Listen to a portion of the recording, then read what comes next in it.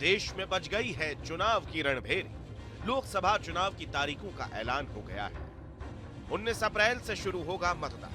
4 जून को नतीजे बताएंगे क्या है पैगाम। लोकसभा की 543 सीटों के लिए चुनाव का ऐलान हो गया है। देश भर में 7 चरणों में चुनाव होगा।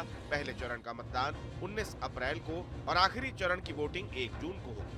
4 जून को चुनाव के नतीजे आएंगे, यानी वोटिंग से लेकर नतीजे तक 46 दिन का सबसे बड़ा चुनावी महासंग्राम छिड़ने वाला है। We'll do it in 7 phases और पूरी कंट्री में 4 जून को काउंटिंग होगी। 7 चरणों के चुनाव में अलग अलग राज्यों में एक साथ चुनाव होंगे। कई राज्य ऐसे हैं जहां एक ही चरण में चुनाव संपन्न हो जाए। पहले चरण के लिए नॉमिनेशन की प्रक्रिया 20 मार्च से ही शुरू हो जाएगी। 19 अप्रैल को पहले चरण में 21 राज्यों की 102 सीट पर चुनाव होंगे। दूसरे चरण में 26 अप्रैल को 13 राज्यों की 89 सीटों पर चुनाव होंगे। तीसरे चरण में 7 मई को 12 राज्यों की 94 सीटों पर वोट डाले जाएंगे। 13 मई को चौथे चरण का मतदान होगा। 10 राज्यों की 96 सीटों पर वोटिंग होगी। पांचवें चरण में 20 मई को 8 राज्यों की 49 सीटों पर चुनाव है। छठे चरण में 25 मई को 7 राज्यों की 57 सीटों पर मतदान होना है और 7वें चरण में 1 जून को 8 राज्यों की 57 सीटों पर वोटिंग होगी। चुनाव का ऐलान होते ही बीजेपी समेत सभी राजनीतिक दलों ने कमर कस ली है। पीएम मोदी ने ट्वीट किया है, कहा है बीजेपी और एनडीए चुनाव के लिए पूरी तरह से तैयार है। पीएम मोदी की संसदीय सीट वाराणसी में 1 जून को आखिरी चरण में चुनाव होगा।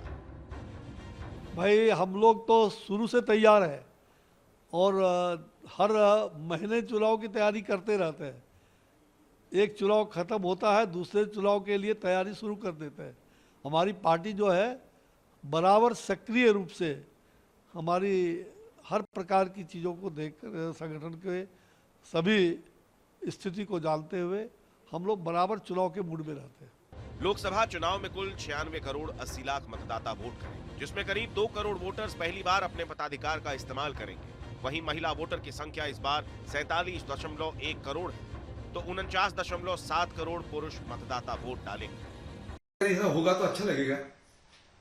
हम तो यही कहते कि चुनाव के समय सीसी हमारे माई बाप होते हैं, सारे तो मैं उनके पास ही रखूंगा।